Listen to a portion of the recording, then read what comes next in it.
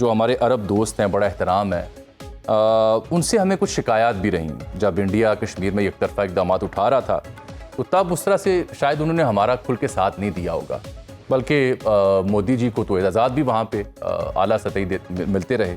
तो अब क्या उसके बाद एतमाद साजी हमारी और अरब ममालिक की दोबारा से बहाल हो चुकी है, माहौल और जज्बात बदल चुके हैं, या अभी भी अरब ममालिक की तरजीह मोदी और अमेरिका ही हैं?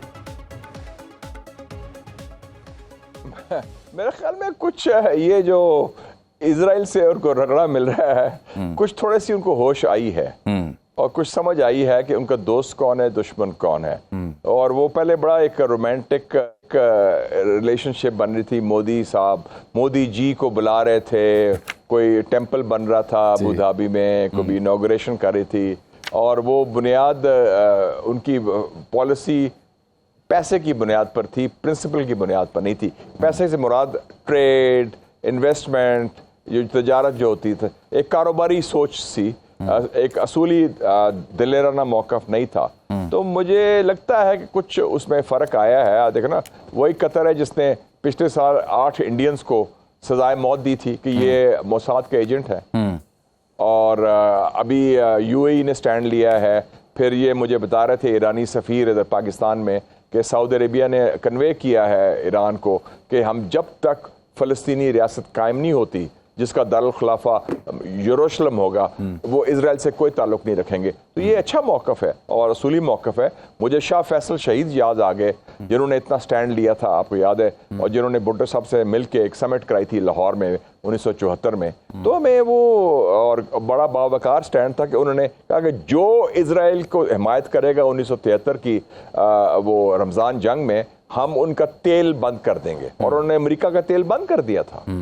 तो खैर उनको फिर बाद में आपको पता है फिर क्या हुआ, 1975 में शहीद कर दिया गया, लेकिन उन्होंने स्टैंड तो ले लिया ना जी, और खड़े भी हो गए। तो मुशाहिद साहब, this is the time to stand up and speak up. Mushahid साहब, क्या शाह फैसल और भुट्टो शहीद जैसे रहनुमा नहीं रहे अरब इस्लामी दुनिया में, या दुश्मन ज़्यादा तगड़े हो गए और हम कमज़ोर हो गए?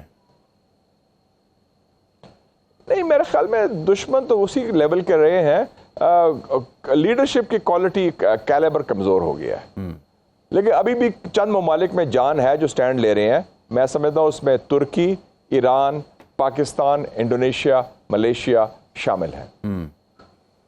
मुशाहिद साहब, ये बिलफर्ज अगर जैसे कतरी वज़ीर-ए-आज़म भी कह रहे हैं कि मौसर जवाब हमें देना चाहिए, देना होगा, बड़ा है, और 2 अरब मुस्लिम जो लोग हैं पूरी दुनिया में, वो देख रहे हैं कि यहाँ से क्या बरामद होता है। बिलफर्ज अगर ये समिट तय करता है कि हमने इसराइल को जवाब देना है अमली तौर पर, उसके कॉन्सिक्वेंसेस क्या होंगे? देखें जी, कॉन्सिक्वेंसेस तो बात की बात है ना, पहले स्टैंड तो लेना। पहला एक आप कहते हैं रिकग्नाइज बंद करें, फलाना बंद करें, एक आप स्टेप अनाउंस कर दें, एक स्टेप कि हमने जो अनाउंस किया था 3 महीने पहले कि $2 खरब की इन्वेस्टमेंट अमेरिका में करेंगे, वो हम रोक रहे हैं। हम इन्वेस्टमेंट नहीं करेंगे जब तक अमेरिका इजराइल की पॉलिसी तब्दील करेगा towards Palestine and towards the Arab countries. बिल्कुल ठीक। अच्छा, all investments will be on hold जब तक अमेरिका चूंकि इजराइल का बाप है, तो वो पॉलिसी तब्दील नहीं करवाएगा, तो वो गाजा का ये कत्लेआम रोके और जारियत रोके मुसलमानों के खिलाफ, तो हम अपनी इन्वेस्टमेंट जो $2 ट्रिलियन है, we are keeping it on hold. क्या हो जाएगा? अमेरिका बॉम्बिंग करेगा उनको, अमेरिका उन पर हमला कर देगा, क्या कर लेगा? ठीक है। मुशाहिद साहब, कल मैच हुआ पाकिस्तान और इंडिया का, ये पहलगाम और पाक इंडिया जंग के बाद पहला मौका है, दोनों टीमें मैदान में उतरी, और हाइट ऑफ नॉनसेंस ये थी कि इंडियन मैनेजमेंट, उनके कैप्टन ने मैच रेफरी को कहा था कि हमने हाथ नहीं मिलाना, इसलिए पाकिस्तानी टीम को कह दो। और जब मैच खत्म होता है तब टीमें एक दूसरे से हैंडशेक करती हैं, वो भी नहीं हुआ, बल्कि एंड पे प्रेस कॉन्फ्रेंस करते हुए उनका जो कप्तान था वो ऐसा लगा जैसे नरेंद्र मोदी के रूप में बैठा हुआ, जो पहलगाम का जिक्र कर रहा है, अपनी फौज का जिक्र कर रहा है, हाईली पोलिटिसाइज कर दिया। यही वजह है कि ये पहला मौका है शायद कि हार जीत की ऊपर बात होने की बजाय the way they have politicise the game, जिसको जेंटलमैन्स गेम कहा जाता है, वो उसके ऊपर बहस हो रही है। पीसीबी कह रहा है कि ये मैच रेफरी जो ऐसे मुअत्तल किया जाए, वरना हम बाकी मैच नहीं खेलेंगे। क्या हमें वाकई इंडिया के साथ मैचेस खेलने चाहिए? मैं तो हैरान नहीं हुआ, पता नहीं लोग हमारे क्यों हैरान होते हैं। हमें क्या चाह है इंडिया के साथ मैच खेलने का? मैच हारते भी हैं और फिर बेइज्जती भी कराते हैं। आपको याद होगा 2 साल पहले वर्ल्ड कप में क्या हुआ था, आपको याद है?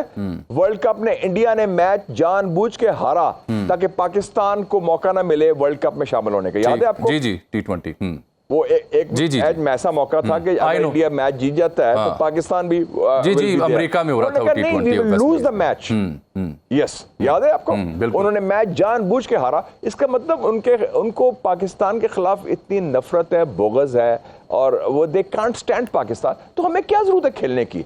आपको याद होगा, you are younger than me, लेकिन साउथ अफ्रीका जब मंडेला से पहले एक सफेद फार्म मुल्क था, लोगों ने कहा कि हम साउथ अफ्रीका से मैच नहीं खेलेंगे। 20 साल साउथ अफ्रीका की क्रिकेट टीम किसी से मैच नहीं खेली, बिल्कुल कोई नहीं कुछ हुआ। सो व्हाट, हम इजराइल के खिलाफ कंपीट नहीं करते स्पोर्ट्स में, आपको पता ही है। हम कहते हैं हम रिकॉग्नाइज नहीं करते, इजराइल के खिलाफ हम नहीं करेंगे। अगर कोई कंपटीशन हो ओलंपिक्स का, हम उनको वॉक ओवर दे देते हैं। तो इंडिया से आपको क्या खेलने की जरूरत है? वो आपसे मिलना नहीं चाहते, आपसे आपके घर आना नहीं चाहते, वो आपसे नफरत करते हैं, आपको वो अखंड भारत का हिस्सा समझते हैं, आपके वजूद को, आपका वजूद उनको खटकता है। हमें तकलीफ किस बात की है?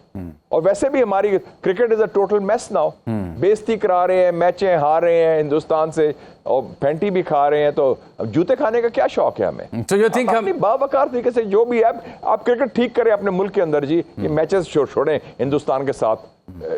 This is just waste of time. And ये मुल्क की बेइज्जती भी करा रहे हैं और अपना डिमोरलाइज भी कर रहे हैं लोगों को, और वो आपको कह रहे हैं पहलगाम और ये वो प्रोपेगेंडा के लिए इस्तेमाल कर रहे हैं आपको, और हम उसको कह रहे, नहीं मिन्नतें कर रहे हैं, हम उनके पास जा रहे हैं, प्लीज मैच खेलें हमारे साथ, प्लीज जहां मर्जी। वो कहते हैं हम आपके घर नहीं आएंगे। नहीं, आप जब कहेंगे हम दुबई में खेलेंगे। What nonsense! अगर नहीं खेलना चाहते, just we should say go to hell on a one-way ticket. We don't want you to. As simple as that. कोई स्टैंड ले ले, क्या हमें इतना शौक है? बिल्कुल ठीक कह रहे हैं। I think it's a total mistake. ये पॉलिसी गलत है और मैं समझाऊं कि वैसे भी हमें पूरा ये रिव्यू करना चाहिए सारा ये गलत पॉलिसी जो स्पोर्ट्स की और क्रिकेट की खास तौर पे। हर दफा लास्ट टाइम भी आपको याद है वो जो उन्होंने आपको मौका नहीं दिया एशियन क्रिकेट चैंपियनशिप में, even to give the prize distribution में भी नहीं था। याद है आपको? क्या किया था उन्होंने? बहुत बहुत शुक्रिया मुशाहिद हुसैन सैयद साहब। उनकी राय ये है कि ऐसे हमसाये से बेहतर है कि आप उनके साथ क्रिकेट खेलने से इनकार कर दें, बॉयकॉट कर दें, कि जब तक इनके ये रवैये हम क्रिकेट नहीं खेलें। और मिसाल उन्होंने दी साउथ अफ्रीका वाले वाक़े की, वो भी 20-22 साल क्रिकेट से बाहर है, दुनिया उनके साथ क्रिकेट नहीं खेली। नाज़रीन, यहाँ प्रोग्राम में वक्त एक ब्रेक और फिर इस मैच की सूरत हाल का पोस्टमार्टम करेंगे कि व्हाट वेंट रॉन्ग और क्यों इतना पोलिटिसाइज किया इंडियन कप्तान ने, इंडियन टीम ने इस मैच को। बाखबर रहिए हर जगह, हर वक्त, बर वक्त। अभी सुनो न्यूज का यूट्यूब चैनल सब्सक्राइब करें और बेल आइकन पर क्लिक करें और जानिए मुल्की और गैर मुल्की हालात व वाक़यात यकीन के साथ।